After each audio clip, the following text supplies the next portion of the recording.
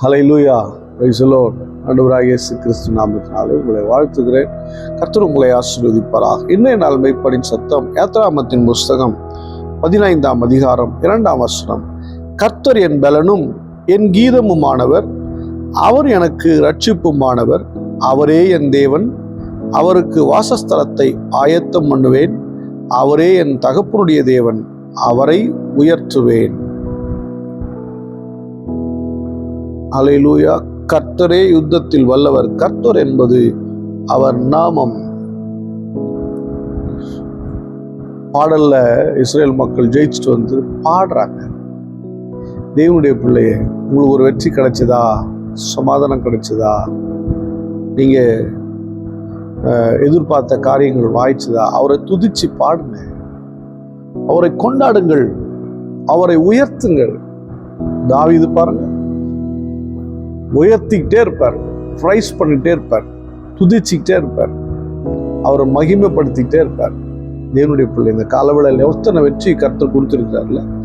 இப்போ இருக்கிற தோல்வி உடுப்பா, முன்னாடி எவ்வளோ ஜெயிக்க வச்சிருக்கிற, எத்தனை விஷயத்துல, உங்க எஜுகேஷன்ல, மேரேஜ் விஷயத்துல, நீங்க வீடு வாங்கினதுல, நீங்க சில இடங்களை மாட்டிட்டு இது எப்படி வெளியே வர முடியும்னு நினைச்சிங்களே, அதுல இருந்து மீட்டு கொடுத்தாரு. மாந்திரிக பிரச்சனை இருந்து, வியாதி படுக்கையில் இருக்குள்ள மீட்டு கொண்டார்ல, மீட்டு கொண்டாரா இல்லையா? ஏன் நீங்க சோர்ந்து போகிறீங்க? அவரை துதியுங்கள். கர்த்தர் நல்லவர் என்பதை ருசித்து பாருங்கள். அவரை துதிங்கள். சங்கீதம் 136 பார்த்தீங்கன்னா ஃபுல்லா கர்த்தர் நல்லவர், அவர் கிருபை ஒவ்வொன்றும் சொல்லி சொல்லி சொல்லி துதியின் சங்கீதம், கிருபையின் சங்கீத பகுதியா அது மாறிடுச்சு. 136 படிச்சு பாருங்க. அப்போ தேவன் செய்த நன்மைகளை குறித்து சொல்லி சொல்லி, துதிகளை சொல்லி சொல்லி அவரை உயர்த்த வேண்டும். வசனம் சொல்லுகிறது, அவர் துதிகளில் பிரியப்படுகிற தேவன், அவர் துதிகளின் மத்தியிலே வாசம் பண்ணுகிற தேவன். நீங்க துதிக்க ஆரம்பிச்சிட்டீங்கன்னா அவர் உங்க கூடவே இருந்துருவார். அப்படின்னா உங்க வாழ்க்கையில எப்பயும் வெற்றி நிரந்தரமாகிவிடும். துதிச்சு பழகினீங்கன்னா எப்போதும் உங்க வாழ்க்கையில வெற்றி நிரந்தரமாகிடும். நீங்க குறைவுபட்டு போக மாட்டீங்க, நிச்சயமா குறைப்பட்டு போக மாட்டீங்க. கர்த்தர் உங்களை ஆசீர்வதிப்பார், உங்களை விட்டுற மாட்டார். எஸ், உண்மைதான், உங்களை விடவே மாட்டார். என் அன்பு தேவனுடைய பிள்ளையே, ஆண்டவராகிய இயேசு கிறிஸ்துவிடத்துல 10 பேர் வந்தாங்க, 10 குஷ்டரோகிகள். 10 பேருக்கும் அவர் என்ன சொன்னாரு? நீங்க போய் ஆசாரியத்துல உங்களை காண்பித்துட்டு காணிக்கை செலுத்துக்கினார். சுகமாகலாம் சொல்லலை. போயிட்டு இருக்கும் போதே பார்த்தீங்கன்னா 10 பேரும் சுகமாயிட்டாங்க. 10 பேரும் சுகமாயிட்டு போறாங்க, போய் ஆசாரியர் போய் காணிக்கை செலுத்துறாங்க. 9 பேர் அப்படியே போயிட்டான்.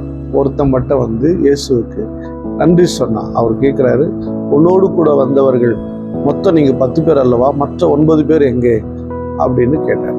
என் அன்பு தேவனுடைய பிள்ளை, தேவன் நன்றி உள்ள இருதயத்தை எதிர்பார்க்கிறார். அதனால்தான் சங்கீதம் ஒவ்வொரு ஆராதனை நம்ம முடிக்கும் போது சங்கீதம் 103, என் ஆத்துமாவே கர்த்தரை ஸ்தோத்திரி, என் முழு உள்ளமே அவருடைய பரிசுத்த நாமத்தை ஸ்தோத்திரி, என் ஆத்துமாவே கர்த்தரை ஸ்தோத்திரி, கர்த்தர் செய்த சகல உபகாரங்களையும் மறவாதேன்னு சொல்லி முடிக்கிறோம். ஏன்னா தேவன் செய்த நன்மைகளை ஒருபோதும் மறந்துடக்கூடாது. அதை துதியினாலே உயர்த்த வேண்டும். என் பலனே, என் கீதமே, என் ரட்சிப்பானவரே, என் தேவனே, நீங்க தான் என் தேவன், என் தகப்பனுடைய தேவன் சொல்லி உயர்த்துங்க. நீங்க பிரைஸ் பண்ண என் தேவன், நம்முடைய தேவன் உயர்ந்து மகிழ ஆரம்பிக்கிறார், உயர்த்தப்படுகிறார், வல்லமையான காரியங்களை செய்ய ஆரம்பிக்கிறோம். கூடவே தங்கிடுவாருங்க. ஸ்தோத்திரம் பண்ணுவோமா? ஹல்லேலூயா. ஸ்தோத்திரம் ஆண்டவரே, துதிகளுக்கு பாத்திரரே, உமக்கு ஸ்தோத்திரம். எத்தனை நன்மைகள், ஏராளமான நன்மைகளை செய்தீரே, உமக்கு ஸ்தோத்திரம் ஸ்தோத்திரம் ஸ்தோத்திரம் ஆண்டவரே. அன்பின் பிதாவே, உம்மை ஸ்தோத்திரிக்கிறார் ஆண்டவரே. நீர் செய்த நன்மைகள் ஏராளம் ஏராளம். அவை நினைத்து பார்க்க பார்க்க உள்ளம் துள்ளி கொண்டே இருக்கிறது, மகிழ்ந்து கொண்டே இருக்கிறது ஆண்டவரே. ஸ்தோத்திரப்பா. நம்முடைய பிள்ளைகள் பார்க்கிற பிள்ளைகள் வாழ்க்கை எத்தனை நன்மைகளை செய்திருக்க, அவர்களுக்குள்ளே அந்த மகிழ்ச்சி உண்டாவதாக என்று சொல்லுங்க. ஒவ்வொருவரையும் ஆசீர்வதியும். இயேசு கிறிஸ்துவின் நாமத்தினால் ஜெபிக்கிறேன் ஜீவனுள்ள நல்ல பிதாவே. ஆமென். God bless you. Bye bye.